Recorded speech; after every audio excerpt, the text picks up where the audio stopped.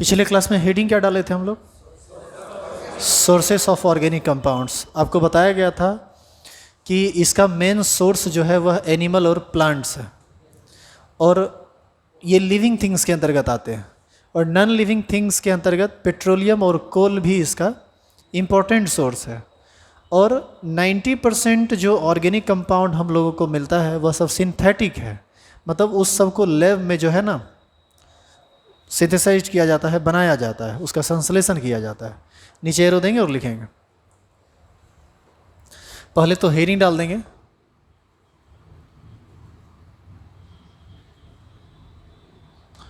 Main sources of organic.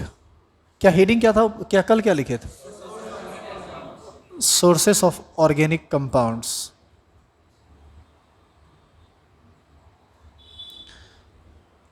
नीचे arrow दीजिए और लिखना शुरू कीजिए। लिखेंगे the main sources of organic compounds are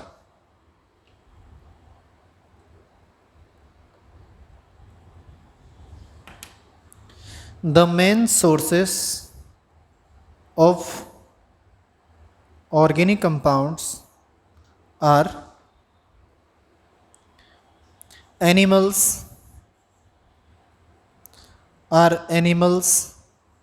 and plants, are animals and plants, full stop. Petroleum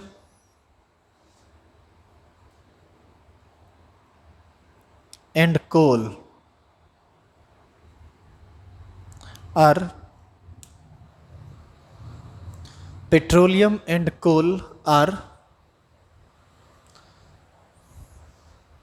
important sources of organic compound.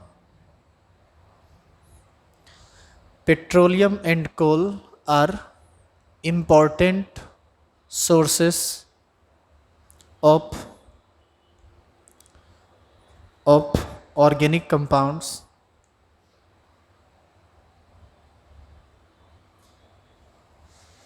and 90% 90% of the organic compounds 90% of the organic compounds are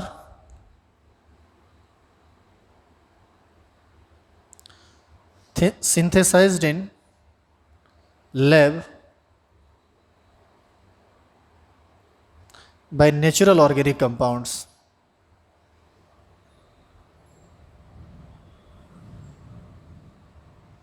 Ninety percent of the organic compounds are synthesized in lab by natural organic compounds. अब इसका मतलब क्या है, थोड़ा ये समझ लीजिए। हम लोग जितना ऑर्गेनिक कंपाउंड्स का यूज़ करते हैं ना, उसमें 90% हम लोग को सिंथेटिक ऑर्गेनिक कंपाउंड ही मिलता है। लेकिन ये ऑर्गेनिक कंपाउंड जिसका सिंथेसिस होता है वो कहाँ से होता है? वो नेचुरल ऑर्गेनिक कंपाउंड से ही उसका सिंथेसिस होता है। कुछ इनऑर्गेनिक कंपाउंड से भी बन जाता है, जैसे अमोनियम साइनेट से बना था यूरिया। एग्जाम्पल लिख लेंगे।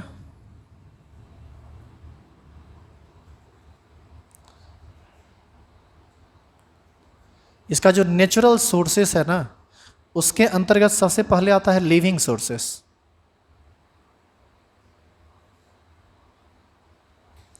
और लिविंग सोर्सेस का एग्जाम्पल है, लिविंग सोर्सेस में पता है कौन कौन आ जाएगा? एनिमल्स आ जाएंगे और प्लांट्स आ जाएंगे, जहाँ से आपको ग्लूकोज मिलता है, सुक्रोज मिलता है, कार्बोहाइड्रेट मिलता है, स्टार्च मिलता है, सेलुलोज मिलता है, और भी बहुत कुछ मिलता है जो आप बायोमोलिक्यूल्स में पढ़ेंगे फर्दर। सेकेंड लास्ट टॉपिक है आपका बायोमोलिक्यूल्स, उसमें इसके बारे में सब के बारे में डिटेल में बताया जाएगा। कौन चीज़? ग्लूकोज, सुक्रोज, सुक्रोज चीनी को बोलते हैं। ये सुक्रोज चीनी है, चीनी का ही केमिकल नाम सुक्रोज है। C12H22O11। कार्बोहाइड्रेट्स, स्टार्च, सेलुलोज, ये सब तुम अभी नहीं समझ पाओगे। मतलब सुक्रोज, कार्बोहाइड्रेट, स्टार्च, सेलुलोज, ये सब जो नाम अभी हम ले रहे हैं ना, ये तुमको अभी समझ में नहीं आएगा। ये सुनने में ज़रूर आया होगा, लेकिन तुमको ये समझ में भी इसलिए नहीं आएगा क्योंकि ये सब बायोमॉलिक्यूल्स के अंतर्गत आने वाला बड़ा बड़ा मॉलिक्यूल है, और इस मॉलिक्यूल के बारे में अभी तक आप कुछ पढ़े केमिस्ट्री में ज़्यादा नहीं है।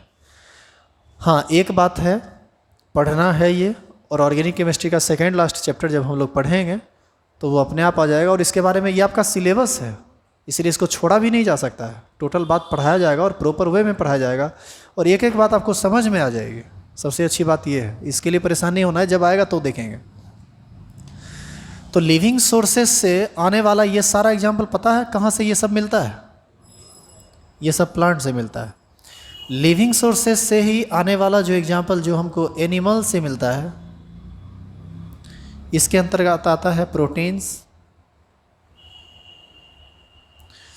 Fats, vitamins, enzyme, etcetera.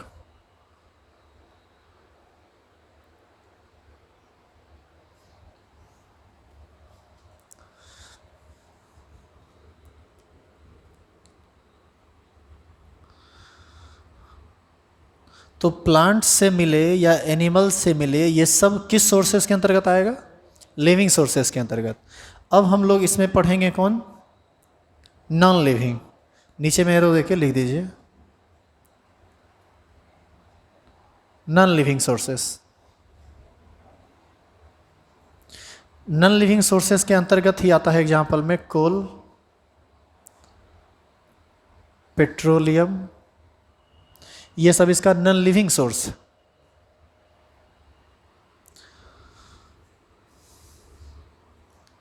और इसके नीचे जो लास्ट हमारा है ना, जो सबसे लास्ट है, वह है synthetic organic compound. Synthetic organic compound क्या होगा? सिंथेटिक ऑर्गेनिक कंपाउंड जो लैब में बनाया जाता है, जैसे प्लास्टिक, उसके बाद फाइबर, उसके बाद और बता रहे हैं हम, जैसे पॉलीथीन, नाम तो सुने होंगे आप, पॉलिस्टर नाम सुना होगा। ये सब जो अम्ब्रेला है ना, ये पॉलिस्टर ही है। तो पॉलिस्टर, और पता है इस सब के बारे में तुम पढ़ोगे, पॉलीमर एक चैप्टर है, सेकेंड लास्ट चैप्टर, उसमें आप पढ़िएगा इसको। हालांकि शायद इसको बाहर कर दिया है क्या, पॉलीमर को, CBSE से इस साल शायद निकाल दिया है, बायोमोलिक्यूल्स भी हटा दिया है। लेकिन हटाने के लिए छोड़िए, कंपटीशन के पॉइंट ऑफ व्यू से ये पढ़ाया जाएगा, टोटल बात पढ़ाया जाएगा, लेकिन हाँ लास्ट में पढ़ाया जाएगा, ताकि यदि टाइम नहीं बचे, मान लीजिए कि यदि टाइम नहीं बचा, तो कम से कम एग्ज़ाम से पहले जो एग्ज़ाम का बात है वो समझ में आ जाए, वो आ जाए। हालांकि जहाँ तक हम सोचते हैं ऐसा होगा नहीं। ऐसा नहीं होगा का मतलब, अभी से हम लोग के पास 5 महीना का समय है, और 5 महीना में ना आराम से ऑर्गेनिक समाप्त होगा, और बहुत बढ़िया से समाप्त होगा। यदि हम लोग कंटिन्यू क्लास करते हैं तब, छोड़ के कीजिएगा, छुट्टी मनाइएगा तब नहीं। और मनाने हम देंगे नहीं ना, तुमको क्या लगता है कि तुमको फ्री छोड़ देंगे? देख लीजिए, जब तक बच्चा लोग रुपया नहीं देता है ना, तब तक जिम्मेदारी नहीं रहती है। तब तक थोड़ा बहुत इधर उधर हो भी गया तो टेंशन नहीं है, और रुपया दे देने के बाद हम ये महसूस करते हैं कि आप हम पर पूर्ण विश्वास कर लिए हैं, और अब हमारी अगली जिम्मेदारी यह है कि आपके विश्वास के साथ विश्वासघात ना किया जाए। समझ रहे हैं? इसीलिए तुम हमारे साथ जब सिस्टम में आ गए हो, तो अब तो टोटल करना ही पड़ेगा, ये आपकी मजबूरी है, और ये हम करेंगे। छोड़ना तो कुछ है ही नहीं, सवाल ही नहीं पैदा होता है। CBSE हटा दे या कुछ, टोटल चैप्टर हम लोग पढ़ेंगे केमिस्ट्री का, और ऑनलाइन भी ऑफलाइन भी। इसीलिए बस कंटिन्यू रहिए, जुड़े हुए रहिए। बाद बाकी कैसे करना है, क्या करना है और किस हद तक करना है, वो सब हमको पता है, और एक प्रॉपर वे में सब बात हम लोग पढ़ लेंगे। चलिए ये लिख लिए सिंथेटिक ऑर्गेनिक कंपाउंड। अब ये समाप्त हुआ। तो ये छोटा मोटा इंट्रोडक्शन हम लोग कर रहे थे ऑर्गेनिक केमिस्ट्री का। एक्चुअल में हम ये समझ रहे थे इस टॉपिक के अंतर्गत कि ये सब आया कहाँ से, ऑर्गेनिक केमिस्ट्री की शुरुआत कैसे हुई। अब ये ऑर्गेनिक केमिस्ट्री शुरू बढ़िया से हो गया है। अब यहाँ से हम लोग आगे बढ़ेंगे और आगे बढ़ने पर आगे जो बात इसका आएगा उसको एक एक करके चेक करेंगे। जैसे बार बार अभी तक हम लोग हाइड्रोकार्बन सुने हैं, लेकिन क्या कहीं इसको डिफाइन किए आप? नहीं ना किए हैं। तो ये भी आपको जानना चाहिए। हेडिंग डालिए स्टार लगा के, हाइड्रोकार्बन। अब देखो यहाँ से ना बात सब हल्का हल्का तुमको पढ़ने के लिए आएगा, एकदम हल्का। अब यहाँ से तुमको ऑर्गेनिक केमिस्ट्री एकदम हल्का लगेगा क्या कि ऑर्गेनिक केमिस्ट्री कुछ है ही नहीं, और धीरे धीरे लेवल पकड़ लेता है। किसको कहते हैं जी ऑर्गेनिक, ये हाइड्रोकार्बन किसको कहते हैं? Organic compound which is made up of only 2 types of element, carbon and hydrogen. लिखेंगे organic compound which is made up of only carbon and hydrogen atom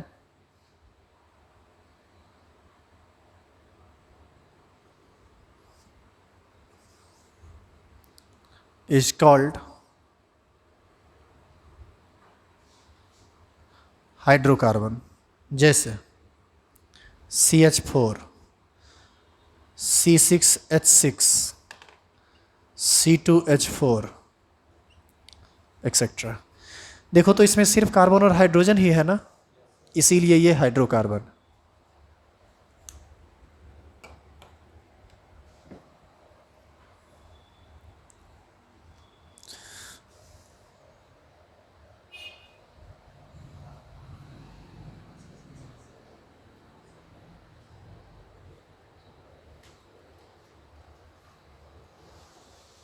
अब देखिएगा ध्यान से,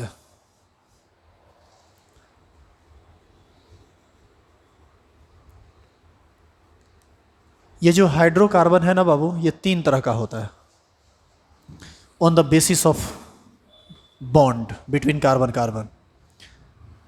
ये 3 भाग में बट जाता है। सबसे पहला भाग इसका कहलाता है एल्केन, दूसरा एल्कीन, तीसरा एल्काइन। ऐसा नहीं कि ये पहला बार आ रहा है, इसका नाम आप पहले भी सुने होंगे।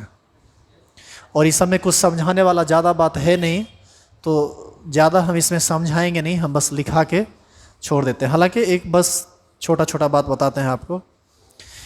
देखो कोई भी ऑर्गेनिक कंपाउंड रहेगा या हाइड्रोकार्बन रहेगा, तुम दोनों बात बहुत करते हो। आगे आके बैठो, निकलो वहाँ से। अकेले तुम रोज बैठेगा आगे इस बेंच पर बीच में, अब पीछे उछे देखना एकदम नहीं है। जब भी तुम किसी ऑर्गेनिक कंपाउंड को देखोगे जहाँ पर वो हम हाइड्रोकार्बन की बात करेंगे जनरली, तो हाइड्रोकार्बन में दो ही तरह का तो एटम ही रहेगा। कौन कौन? कार्बन और हाइड्रोजन। तो कार्बन की संख्या कुछ ना कुछ तो होगी ना। एक्चुअल में ये अल्क जो है ना, अल्क और एन, ये दो पार्ट में टूट जाता है। ये अल्क और प्लस एन में टूटता है। अल्क का मतलब, अल्क एक लैटिन वर्ड है जो कार्बन की संख्या को इंडिकेट करता है। अल्क के जगह ही हम लोग मिथ, इथ, प्रोप, ब्यूट ये सब बोलते हैं, तो एन ई लगा देते हैं, उसमें नाम हो जाता है मिथ एन, इथ एन, प्रोप एन। इस तरह से ये सब आगे आएगा तो वो हम डिटेल में वहाँ बताएंगे। फिलहाल अल्क क्या है? ये इंडिकेट करता है ऑर्गेनिक कंपाउंड हाइड्रोकार्बन में नंबर ऑफ कार्बन एटम को। और ये जो ANE है ना, ये कार्बन कार्बन सिंगल बॉन्ड को इंडिकेट करता है। एक्चुअल में एल्केन वह हाइड्रोकार्बन होता है जिसमें सारा का सारा कार्बन एटम आपस में सिंगल कोवैलेंट बॉन्ड के द्वारा जुड़ा होता है। दूसरा क्या होता है? एल्कीन। यह भी टूट जाता है किसमें? अल्क प्लस ENE में। यहाँ भी अल्क का सेम मतलब है, लेकिन इन का मतलब है at least 1 carbon carbon double bond. कहीं भी हाइड्रोकार्बन में एक कार्बन कार्बन डबल बॉन्ड दिख जाए तो वह एल्कीन कहलाता है, और यह टूटता है अल्क प्लस YNA में, और यहाँ पर आइन सफिक्स का मतलब कम से कम कार्बन कार्बन के बीच एक ट्रिपल बॉन्ड होना चाहिए। तो यदि हमको एल्केन को डिफाइन करने के लिए कहे तो हम लोग कह सकते हैं carbon in which all carbon atoms are bonded by single covalent bond is called alkane. Alkene में कहेंगे hydrocarbon in which at least 2 carbon atoms are bonded by double covalent bond. सब का सब सिंगल है, कोई दिक्कत नहीं है, लेकिन कार्बन कार्बन के बीच एक भी डबल बॉन्ड दिख जाए तो वह हाइड्रोकार्बन किसके अंतर्गत आता है? एल्कीन के अंतर्गत।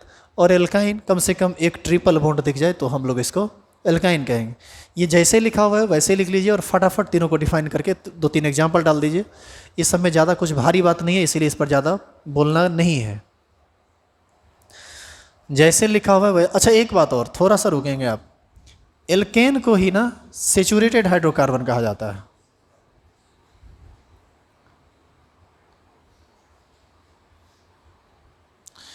और एल्कीन और एल्काइन ये सब पता है ये किसके अंतर्गत आता है? Unsaturated hydrocarbon. और रुको, अब आप रुक जाइए, उतारना बंद कीजिए।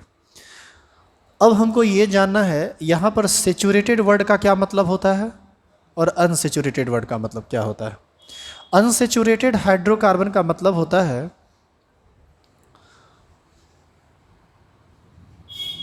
पहले आपको हम कुछ एग्जाम्पल पर ये बात समझाते हैं, सुनो। कार्बन कार्बन के बीच सिर्फ और सिर्फ सिंगल बॉन्ड है, ये किसके अंतर्गत आएगा? एल्केन के अंतर्गत। कार्बन कार्बन के बीच कहीं भी एक को डबल बॉन्ड दिख जाए तो एल्कीन, और एक भी ट्रिपल बॉन्ड दिख जाए तो एल्काइन। इसमें कितना हाइड्रोजन? 3, 2 5, 2 7, 2 9, 3 12, 9 3 12। यहाँ पर 3 1 1 3 ऐसे ही ना लगाएंगे। यहाँ पर 2, यहाँ एक भी नहीं, सॉरी 3, यहाँ एक भी नहीं, यहाँ एक भी नहीं, यहाँ 2 और यहाँ पर 3। अच्छा बताइए कि इसमें कार्बन और हाइड्रोजन जो हम जोड़े हैं, क्या इसमें हम कुछ भी कर लें तो क्या इसमें और हाइड्रोजन जुड़ सकता है क्या? लेकिन इसमें जुड़ सकता है। यदि कार्बन कार्बन के बीच पाई बॉन्ड टूट जाए तो इसका एक वैलेंसी फ्री हो जाएगा, इसका एक वैलेंसी फ्री हो जाएगा, इसमें भी एक कार्बन जुड़ जाएगा और इसमें भी एक कार्बन जुड़ जाएगा। यहाँ पर तो और ज़्यादा हाइड्रोजन जुड़ सकता है। यदि एक पाई बॉन्ड टूटा तो इसका एक वैलेंसी फ्री हुआ, इसका एक वैलेंसी फ्री हुआ, एक और पाई बॉन्ड टूटा तो इसका एक वैलेंसी फ्री हुआ, इसका एक वैलेंसी फ्री हुआ। तो एल्कीन में और ज़्यादा हाइड्रोजन जुड़ सकता है, एल्कीन में कम हाइड्रोजन जुड़ सकता है, लेकिन एल्केन में तो हाइड्रोजन जोड़ ही नहीं सकता है। एक्चुअल में वह सारा का सारा हाइड्रोकार्बन सेचुरेटेड हाइड्रोकार्बन कहलाता है, जिसमें आप और हाइड्रोजन एटम नहीं जोड़ सकते हैं। और वह सारा का सारा हाइड्रोकार्बन अनसेचुरेटेड हाइड्रोकार्बन कहलाता है, जिसमें हाइड्रोजन एटम को जोड़ा जा सकता है।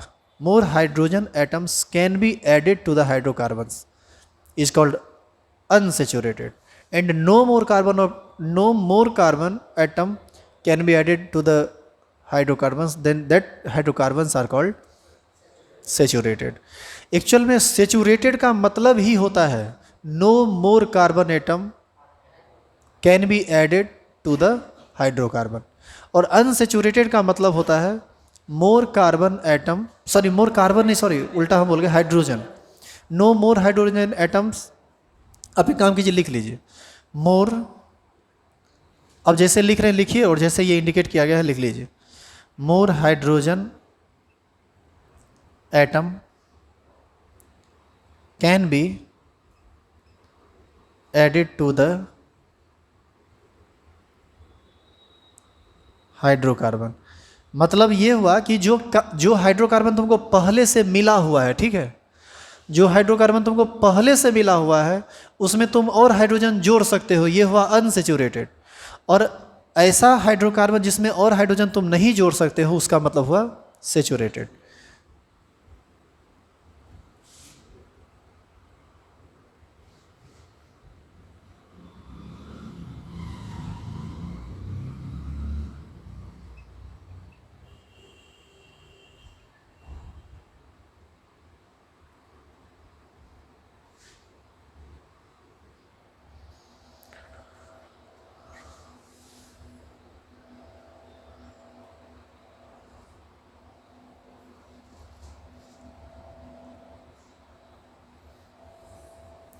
तो यहाँ पर अभी तुरंत हम लोगों को 5 टर्म डिफाइन करना है।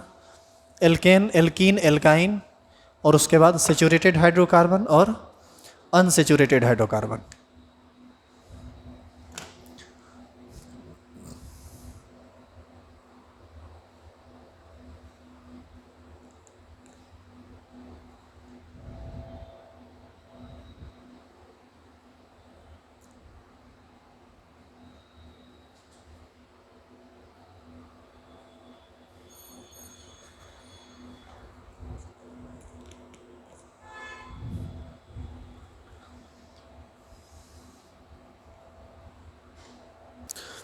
अब आप लोग फटाफट डिफाइन कीजिए, स्टार लगाइए और लिखिए alkene.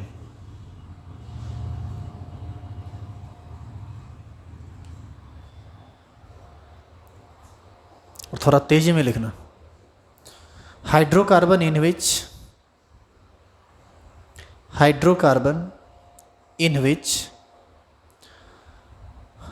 all carbon atoms are bonded by hydrocarbon in which all carbon atoms are bonded by single covalent bond. Hydrocarbon in which all carbon atoms are bonded by single covalent bond is called alkane.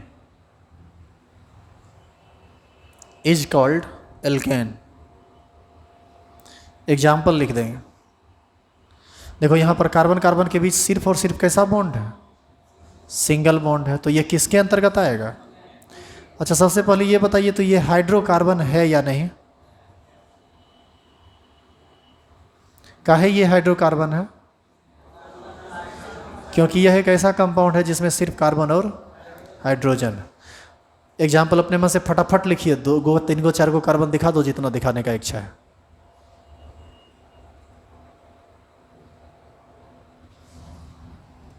दूसरा star लगाएंगे heading और लिखेंगे alkene.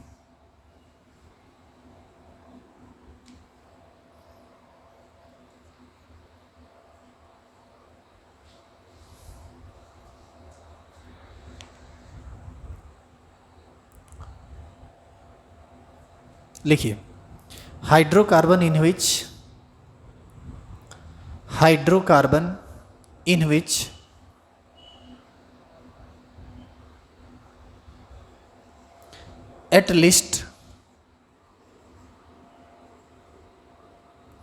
at least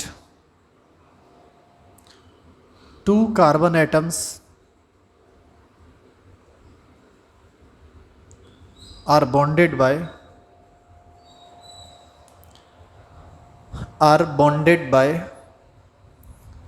double covalent bond.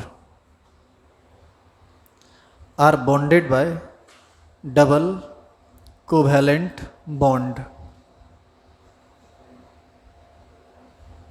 Are bonded by double covalent bond is called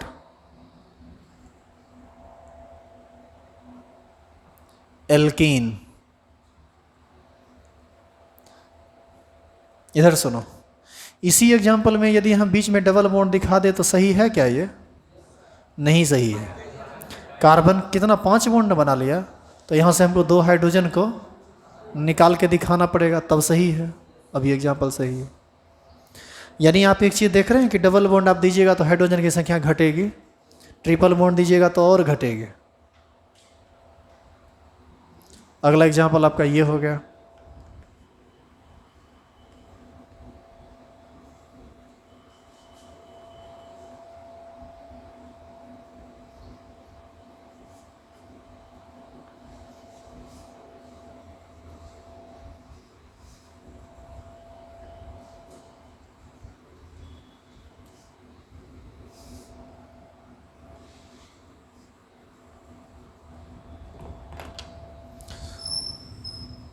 तीसरा heading डालेंगे, alkyne.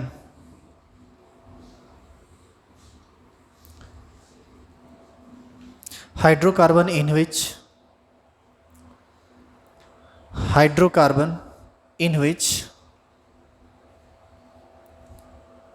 at least 2 carbon atoms are bonded by triple covalent bond. hydrocarbon in which at least two carbon atoms are bonded by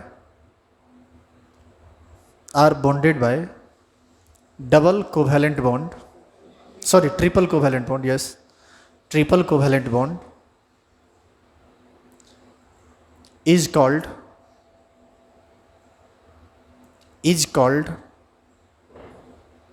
alkene. Alkyne. Yes, is called alkyne. यहाँ पर यदि हम triple bond डाल दें तब तो ये भी हाइड्रोजन यहाँ से हटाना पड़ेगा, क्योंकि कार्बन तो कभी भी 4 से ज़्यादा बॉन्ड नहीं बनाएगा। यही बात ना हम तुमको शुरू में समझाए थे। उतारिए अगला एग्जाम्पल।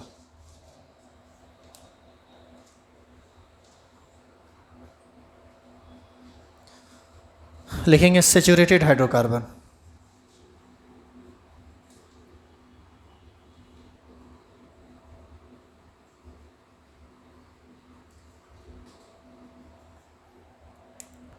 सैचुरेटेड हाइड्रोकार्बन, इसको हम लोग डिफाइन कर सकते हैं कि saturated hydrocarbons are hydrocarbon in which all carbon atoms are bonded by only single covalent bond. क्या कोई दिक्कत है इसमें? और उसको अनसैचुरेटेड को कह सकते हैं कि unsaturated hydrocarbons are hydrocarbon in which at least one carbon carbon double bond और carbon carbon triple bond is present.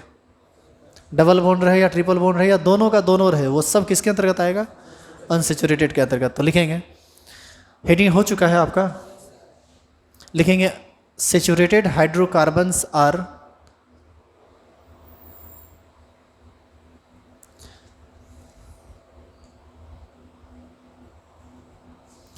unsaturated hydrocarbons are saturated hydrocarbons are hydrocarbon in which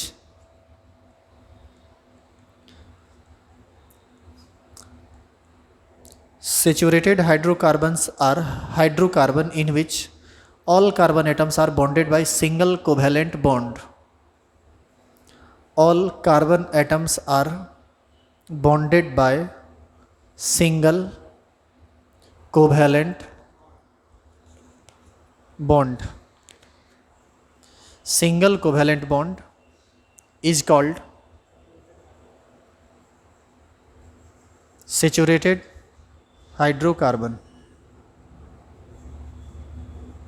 Is called saturated hydrocarbon. Example लिख देंगे alkene. क्या alkene को कह सकते हैं कि नहीं? कहे कि एल्केन में तो सिर्फ सिंगल बॉन्ड ही होगा कार्बन कार्बन के बीच। नेक्स्ट स्टार लगाइए, हेडिंग डालिए unsaturated hydrocarbon. Unsaturated hydrocarbon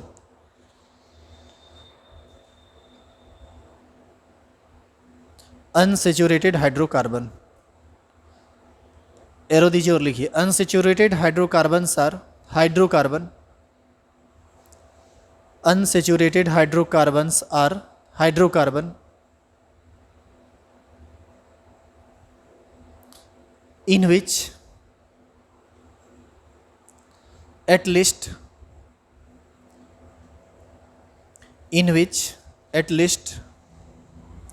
one carbon carbon double bond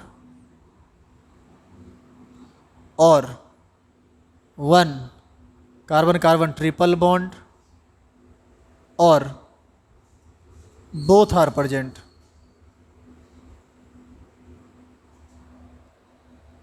मतलब कार्बन कार्बन डबल बॉन्ड हो या ट्रिपल बॉन्ड है या दोनों हो, डबल और ट्रिपल दोनों हो।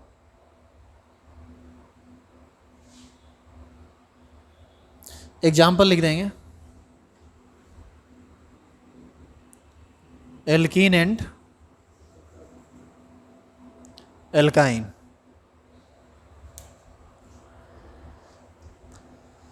बोलो जी, यहाँ तक समझ में आ गया? तो अभी आप समझ रहे थे हाइड्रोकार्बन के बारे में। अभी हम लोग हाइड्रोकार्बन को सिंपली क्लासिफाई किए एल्केन, एल्कीन, एल्काइन में और उसके बाद सैचुरेटेड, अनसैचुरेटेड हाइड्रोकार्बन में।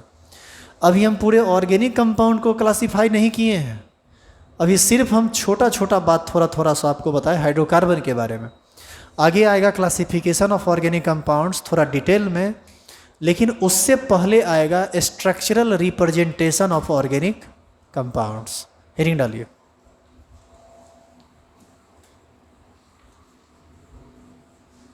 लिखिए स्ट्रक्चरल रिप्रेजेंटेशन ऑफ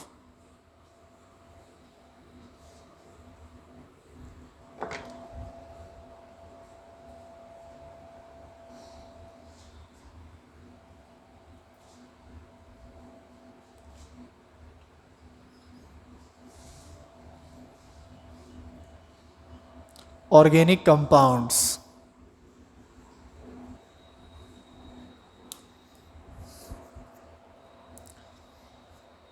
लिखेंगे there are 3 types of structural representation of organic compounds.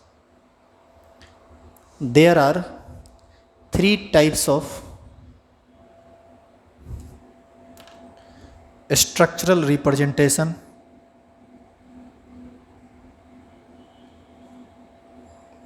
of organic compounds.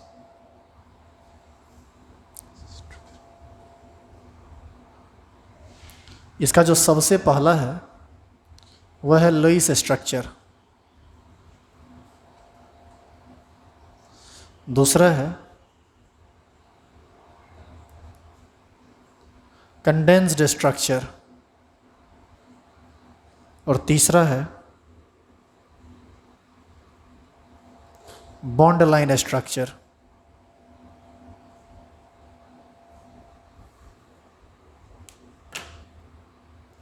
Lewis structure, condensed structure और बॉन्ड लाइन स्ट्रक्चर। एक्चुअल में बाबू यहाँ पर हम ना इसको डिफाइन नहीं करने वाले हैं, ये बात तुमको एग्जाम्पल से ही समझ में आ जाएगा कि लुईस स्ट्रक्चर क्या होता है, कंडेंस्ड स्ट्रक्चर क्या होता है और बॉन्ड लाइन स्ट्रक्चर क्या होता है। आपके लिए ज़्यादा इम्पॉर्टेंट है बॉन्ड लाइन स्ट्रक्चर, ठीक है। बाकी ये सब बेहद हल्का टर्म है, बहुत भारी टर्म नहीं है। एक एग्जाम्पल तुम ध्यान से देख लो, समझ में आ जाएगा। और बाद में तुमको ये भी हम समझा देंगे कि आखिर इस तीनों तरह के स्ट्रक्चर की हमको ज़रूरत क्यों पड़ी और ये कहाँ से आया, ठीक है। मिटा दो इसे। इसके लिए हमको एक सिंपल सा कोई भी ऑर्गेनिक कंपाउंड उठाना पड़ेगा। चूँकि हाइड्रोकार्बन भी एक ऑर्गेनिक कंपाउंड है तो इसी से हम इसको समझते हैं, चूँकि इसे समझना थोड़ा ज़्यादा आसान है। देखो हम एक एग्जाम्पल लिखते हैं।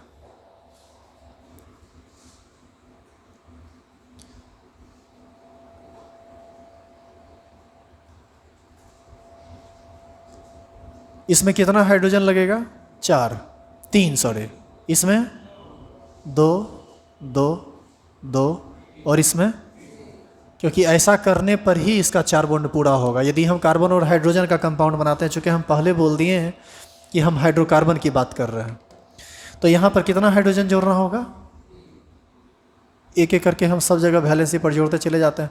आपको याद है, आपको बताए थे कि हाइड्रोजन हमेशा एक ही बॉन्ड बनाता है। क्या हाइड्रोजन कहीं 2 बॉन्ड बनाया है? नहीं। अब थोड़ा ध्यान से सुनो, जब सारे एटम को हम कंप्लीट बॉन्ड के साथ दिखा देते हैं तो यही कहलाता है लुईस स्ट्रक्चर।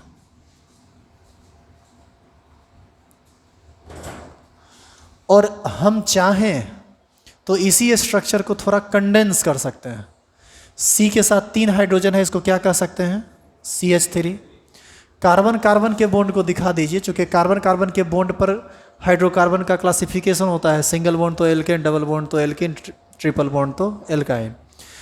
इसको C के साथ कितना हाइड्रोजन है? तो इसको कहेंगे CH2।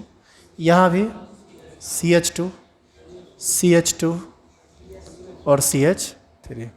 इसी को कहा जाता है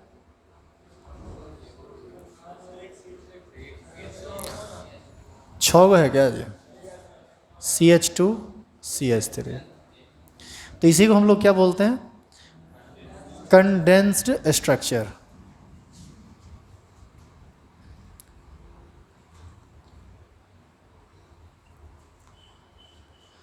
लेकिन ये दोनों का दोनों स्ट्रक्चर जो है ना प्रचलन में ज़्यादा नहीं है, ये वाला थोड़ा ज़्यादा प्रचलन में है इसकी तुलना में। एक्चुअल में ये ना टाइम कंज्यूमिंग स्ट्रक्चर है।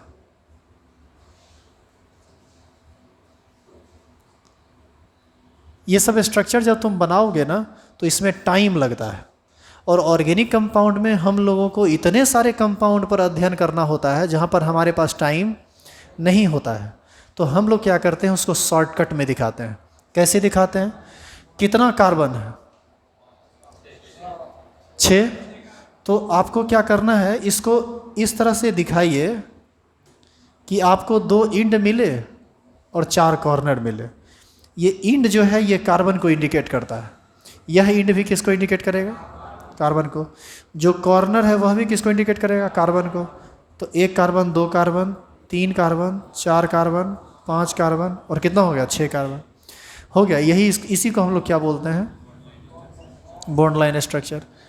अब ये बेहद शॉर्ट हो जाता है, टाइम भी कम लगता है। अब हम कैसे समझेंगे कि ये वाला जो स्ट्रक्चर है वो यही है? तो जितना कॉर्नर है, जितना इंड है, वह सब कार्बन है। और आपको दिमाग में ये बात अभी सेट कर लेना है कि ये जितना बॉन्ड बनाया है उतना ठीक है, बाकी 4 में से जितना बॉन्ड कम पड़ रहा है उतना हाइड्रोजन इसमें जोड़ना है। ये जो सिंगल लाइन देख रहे हैं यह सिंगल बॉन्ड को इंडिकेट करता है। यदि यहीं पर कहीं डबल बॉन्ड होता तो ये इसको हम ऐसे इंडिकेट करते, लेकिन कहीं डबल बॉन्ड भी है नहीं ना, तो ऐसा अभी हम नहीं कर सकते। बताइए यहाँ पर कितना हाइड्रोजन लगेगा? तो ये हो जाएगा CH3। यहाँ पर तो ये हो जाएगा CH2, CH2, CH2, CH2, CH3। और यदि फैला फैला के लिखे तो ऐसे लिखेंगे। तो हम लोग जनरली इस स्ट्रक्चर पर काम करते हैं। क्या हुआ? हाँ, बॉन्ड लाइन स्ट्रक्चर पर हम लोग काम करते हैं, इस स्ट्रक्चर पर काम करते हैं। और ये ज़्यादा प्रचलन में नहीं है, लेकिन ये एकदम प्रचलन में नहीं है। ये थोड़ा प्रचलन में है और बहुत ज़्यादा प्रचलन में ये है। ठीक है, उतारिए।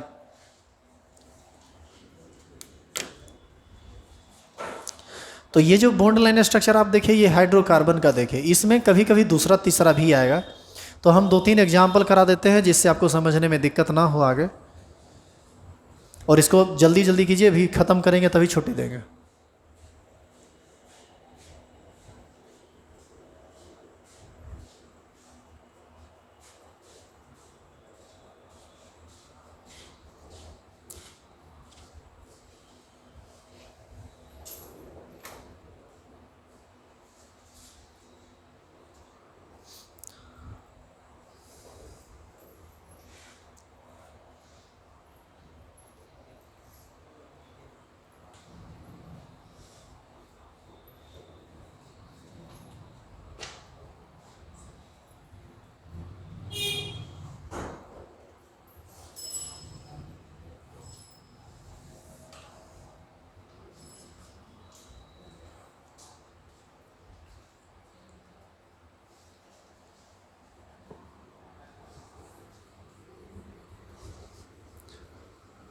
हो गया यहाँ तक?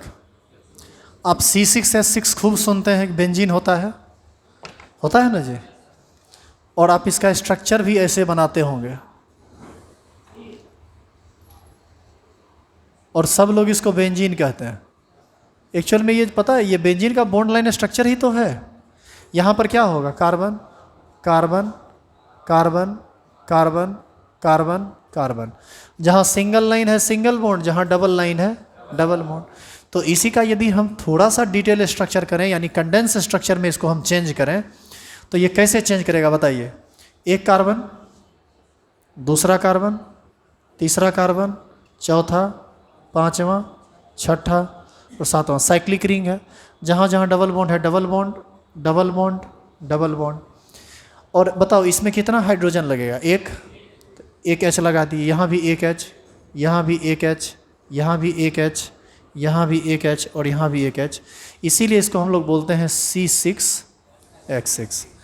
और यदि थोड़ा सा और डिटेल में लिखें, हम लोग इस स्ट्रक्चर के रूप में लिखें, तब आपको कुछ ऐसा बनाना पड़ेगा। ये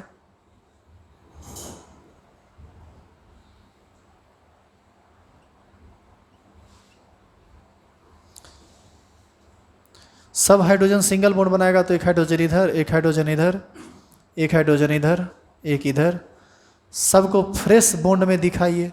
तो ये सब थोड़ा टाइम टेकिंग स्ट्रक्चर है। यही क्या है? यही है बेंजीन C6H6।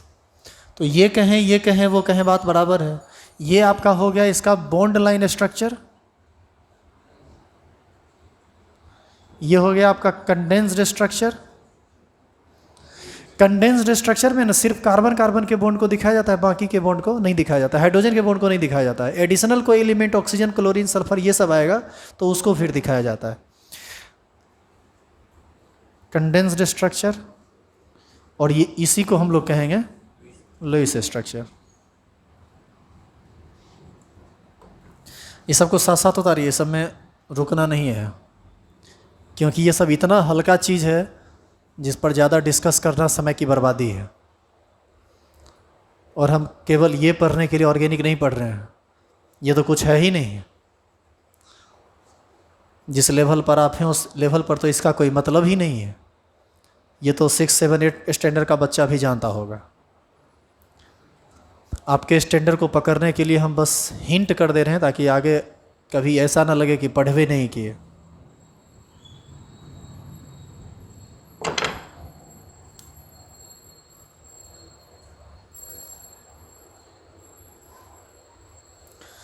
जब बॉन्ड लाइन स्ट्रक्चर समाप्त हो जाएगा ना, तब कंप्लीट क्लासिफिकेशन आप समझ सकते हैं ऑर्गेनिक कंपाउंड का, कि ये कितने तरह का होता है।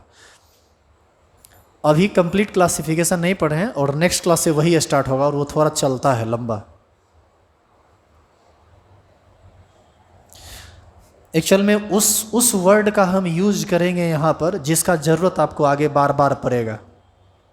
कभी एरोमेटिक, कभी एंटी एरोमेटिक, कभी साइक्लिक, कभी एसाइक्लिक, कभी ब्रांच्ड, कभी अनब्रांच्ड, कभी अनसेचुरेटेड, कभी सेचुरेटेड। ये सब वर्ड बार बार आते रहता है। तो ये सब क्या है?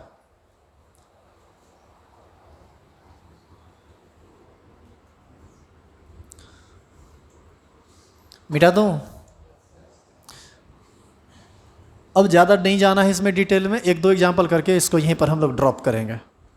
तो चलो देखो इधर, जैसे मान लीजिए कि कहीं पर ऐसा बना हुआ है, ऐसा, और यहाँ पर NH2 लगा हुआ है। ये एक बॉन्ड लाइन स्ट्रक्चर है। इसको कंप्लीट स्ट्रक्चर में बदलिए तो एक कार्बन सिंगल बॉन्ड, दूसरा कार्बन, तीसरा कार्बन सिंगल बॉन्ड, चौथा पड़ जाएंगे तो डबल बॉन्ड, सिंगल बॉन्ड। ये कार्बन, इस कार्बन से क्या लगा हुआ है NH2, और यहाँ पर एक कार्बन। अब कहाँ कितना हाइड्रोजन लगेगा क्या इसका पता आपको नहीं है? यहाँ कितना लगेगा हाइड्रोजन? तो CH3। यहाँ कितना लगेगा? 2, तो हम CH2 कह सकते हैं। यहाँ पर केवल एक लगेगा तो CH, यहाँ पर भी केवल एक लगेगा तो CH, यहाँ पर भी केवल एक लगेगा तो CH, और यहाँ पर CH3। अब बताइए ये कितना आसानी से लिखा जाएगा? इसमें कुछ है? जो एडिशनल कंपाउंड आया है वो अपने जगह पर रह जाएगा। जो एडिशनल एलिमेंट आया है NH2 जैसे आया है तो NH2 अपने जगह पर रह गया। उतारिए फटाफट।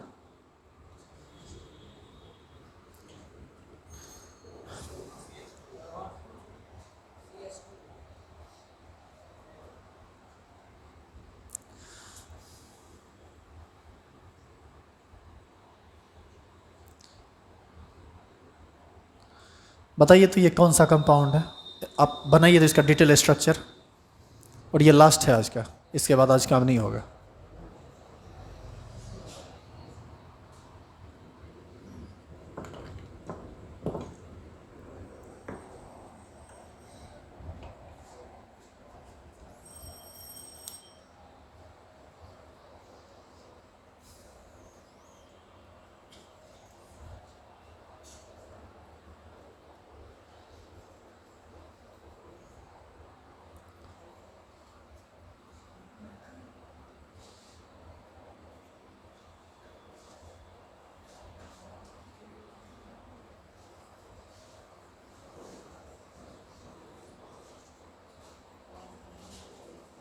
क्या जी, ये कौन सा कंपाउंड है?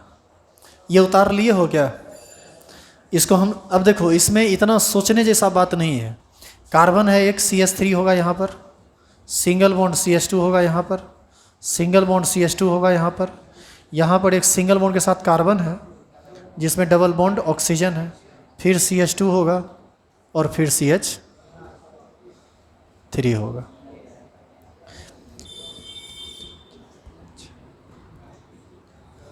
क्या इस तरह से आप कंपाउंड को समझ लेंगे?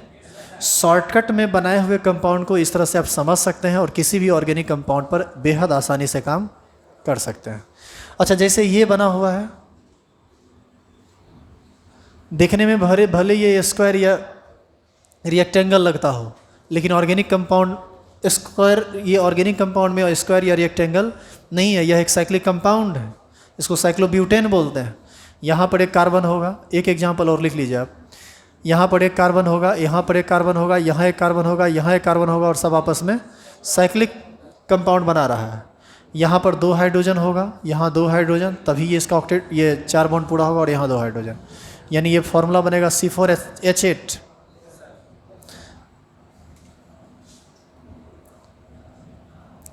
तो उम्मीद करें कि आप बॉन्ड लाइन स्ट्रक्चर में उलझेंगे नहीं। तो इसमें ज़्यादा काम हम नहीं कर रहे हैं, इसको हम रोक रहे हैं क्योंकि आगे बहुत सारा काम इस पर होना ही है।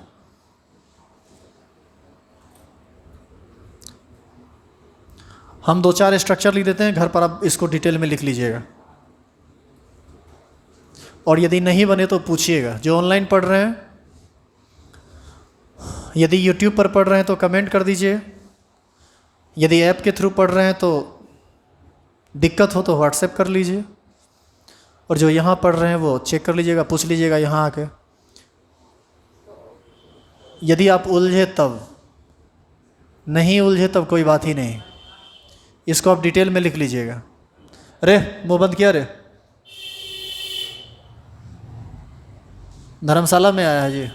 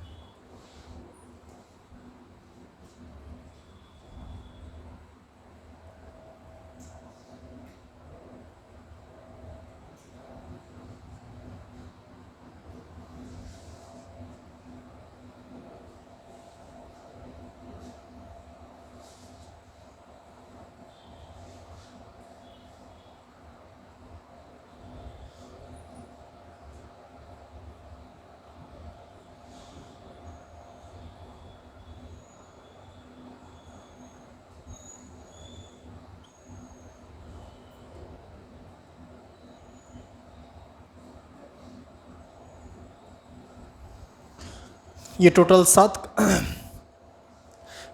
7 कंपाउंड आपको दिया गया है जिसका नंबरिंग कर दिया गया है, और उम्मीद करते हैं कि आप इसको लिख सकते हैं। ये बहुत भारी नहीं है। तो ये आपका होमवर्क नेक्स्ट क्लास में होगा, complete classification of organic compounds, जिसमें टोटल आ जाएगा, और वो कई तरह का होता है, सबका डेफिनेशन, सबका एग्जाम्पल, उस सब को आपको समझने में 2-3 दिन वक्त लगेगा। कई रूल्स पढ़ेंगे उसमें आप, जैसे हकल्स रूल वगैरह आता है, उसी में आप पढ़िएगा। ये सब इम्पोर्टेंट है आगे के लिए।